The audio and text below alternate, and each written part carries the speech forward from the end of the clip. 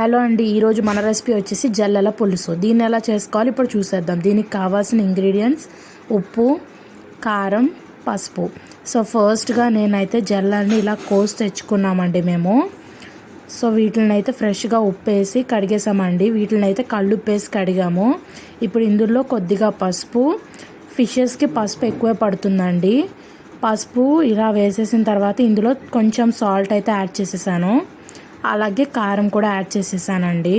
ఇలా యాడ్ చేసేసుకొని మనం రిఫ్రిజిరేటర్లో పెట్టేసుకోవాలన్నా సరే బాక్స్లో వేసుకొని పెట్టేసుకోవచ్చండి డైరెక్ట్గా. సో ఫస్ట్ మనమైతే కర్రీ రెడీ చేసేసుకుందాం. దానికంటే ముందుగా ఇప్పుడే మన ఛానల్ కొత్తగా చూస్తున్నట్టయితే ఇప్పుడే సబ్స్క్రైబ్ చేసుకోండి. అలాగే వీడియో నచ్చుతుంది తప్పకుండా లైక్, షేర్ అండ్ కామెంట్ చేసేయండి. Thank you. సో ఇప్పుడు మనం ఇంగ్రీడియంట్స్ చూసేద్దాం. ఇప్పుడు చింతపండు, అలాగే ఫిషెస్, చింతపండు నానబెట్టుకున్నానండి. ఇక్కడైతే ధనియాలు, ఎల్లుల్లిపాయ, అలాగే అల్లం అన్నిటినీ మిక్సీ పట్టేసుకున్నాను.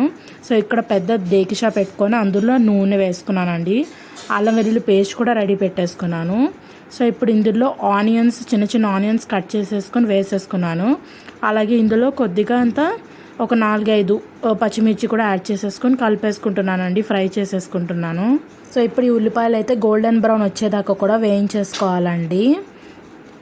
సో చూస్తున్నారు కదా, ఇక్కడైతే కొద్దిగా వేగాయండి. సో ఇప్పుడు ఇందులో మనం చింతపండు నానబెట్టుకున్నాం కదా, ఆ నానబెట్టుకున్న పులుసుని కూడా యాడ్ చేసేసుకుంటున్నానండి.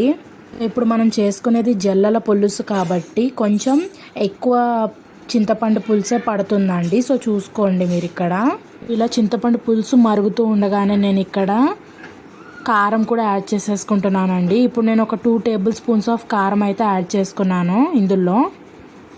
అలాగే కొద్దిగా పసుపు కూడా యాడ్ చేసుకున్నానండి. మనం ఆల్రెడీ చూసినట్టయితే ఫిషెస్లో ఆల్రెడీ కలుపుకున్నాం కదా, సో చూసుకుంటూ వేసుకోవాలి. సో ఇప్పుడు మనం కొంచెం మ్యారినేట్ చేసి పెట్టుకున్న ఫిషెస్ని కూడా ఇందులో యాడ్ చేసేసుకుంటున్నాం. ఎప్పుడైతే పులుసు కొంచెం మరుగుతూ ఉందో, సో ఈ ఫిషెస్ కొంచెం మునిగేదాకా కూడా మనము పులుసు అయితే యాడ్ చేసుకోవాలండి, చింతపండు పులుసు.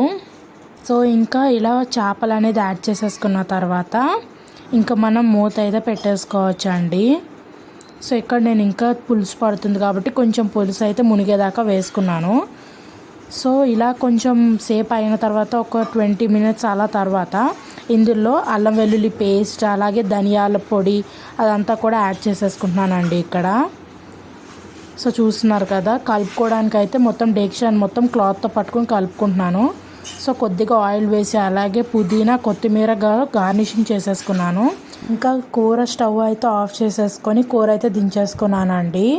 సో ఇప్పుడు నేను ఇక్కడ టేస్ట్ చూసేస్తున్నాను. నాకైతే టేస్ట్ చాలా బాగా అనిపించిందండి. సో మీరు కూడా ట్రై చేసి తప్పకుండా ఎలా అనిపించిందో కింద కామెంట్ సెక్షన్లో కామెంట్ చేయండి.